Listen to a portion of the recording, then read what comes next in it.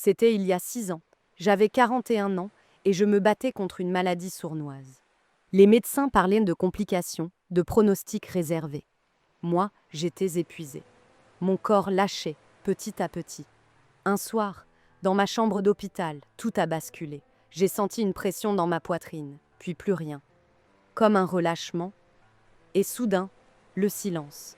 Mais pas un silence vide, un silence plein, enveloppant, presque vivant. Je n'étais plus dans mon corps. Je flottais. Il n'y avait pas de tunnel, pas de lumière éclatante, pas d'être venu m'accueillir. Mais une présence, invisible, douce, mais immense. Elle ne m'a pas parlé avec des mots. C'était comme si ses pensées devenaient les miennes, comme si je me souvenais de quelque chose que j'avais toujours su. Elle a commencé par me transmettre ceci. Tu n'es pas né dans le mensonge, mais dans la protection.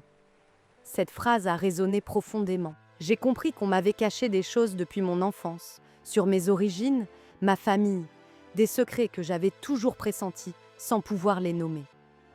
On m'a permis de voir des flashs de mon enfance dans ces silences pesants dans les réunions familiales. Des regards qui s'évitent, je comprenais maintenant.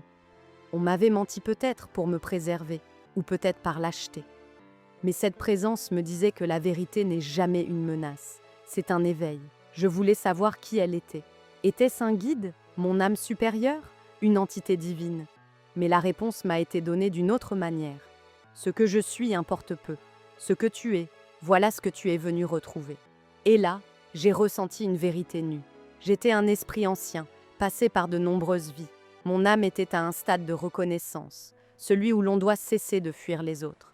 J'avais toujours été solitaire, méfiante, blessée par des liens familiaux flous et des trahisons anciennes. Mais la présence m'a fait comprendre ceci.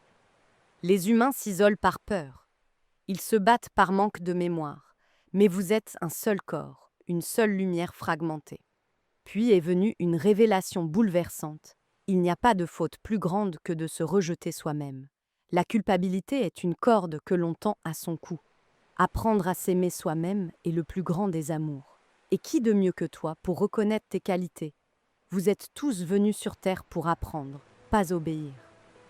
Je me suis vue telle que je suis vraiment, une force, une énergie, pas un être brisé. Et j'ai ressenti quelque chose d'immense, la puissance des esprits. Pas seulement ceux qui nous protègent, mais ceux que nous sommes, au fond. Nous nous sous-estimons terriblement. Nous croyons être faibles, limités, mais nous sommes vastes et nous ne mourrons pas. À cet instant, on m'a montré une autre image de moi. L'enfant triste que j'étais bien souvent face à un miroir, mais le reflet me renvoyait un tout autre aspect de moi.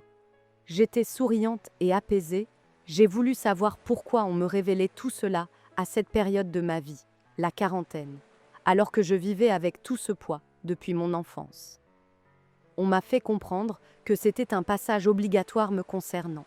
Je devais explorer et surpasser ce sentiment de manque d'affection et de capacité à être heureuse. À présent, j'étais prête à tourner cette page. La présence rajouta, dans un monde où tout va si vite, où l'on vit surtout pour l'instant présent, sois patiente. Chaque action, chaque petit pas peut t'amener plus près de tes objectifs. Peu importe, ton rêve, ton but, ton projet, tu es capable d'en faire la réalisation. Reprends confiance en toi, c'est une des clés du bonheur. Tu es magnifique. Et là, à ce moment précis, je suis revenue dans mon corps. J'étais vivante et transformée. Depuis, j'ai retrouvé la santé, je cherche cette vérité cachée dans ma famille, et petit à petit, elle se révèle. Je ne suis plus dans la colère, ni dans l'amertume. Je suis heureuse depuis cette révélation. Cela m'a donné la force d'être à l'écoute et de tendre la main à tous ceux autour de moi qui en ont besoin. Je remercie le ciel de m'avoir permis de traverser cette expérience.